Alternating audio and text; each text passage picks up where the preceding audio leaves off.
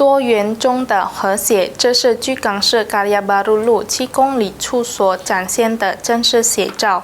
在以华人居民为主、庙宇林立的社区中，一座名 Al-Mustaqim 的清真寺进行矗立，成为宗教和谐共处的象征，也见证着不同信仰间的互相尊重与包容。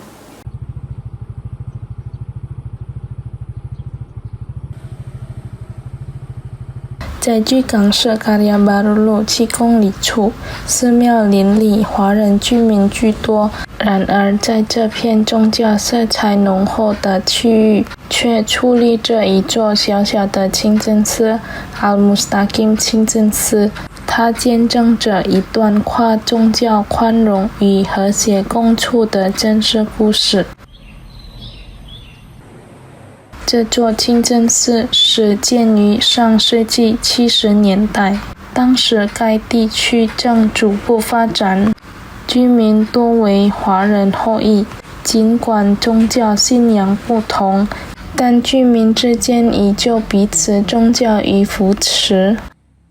Al-Mustaqim 清真寺负责人Sugiharto 表示，建寺之初并未遭遇助力，反而得到了周边居民的支持与帮助，甚至在建设过程中，许多非穆斯林也主动参与处理。Kawasan ini memang banyak orang kita China, kemudian banyak juga kelenteng-kelenteng di sini. Memang untuk beragama, alhamdulillah untuk di lingkungan kita ini bagus gitu. Jadi walaupun kita masjid cuma satu ini, cuman silaturahmi, cara bergaul sama itu bagus, antara agamanya bagus. Kalau untuk pembangunan masjid ini ya alhamdulillah memang banyak bantuan dari orang-orang kita China, baik dari kelenteng ada gitu. Kalau bantuan ada yang berupa material, ada yang berupa uang gitu。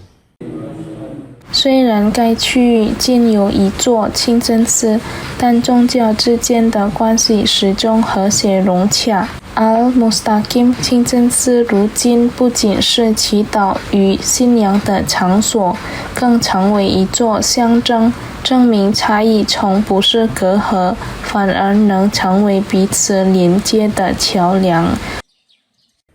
Hafidz Zainul, PAL TV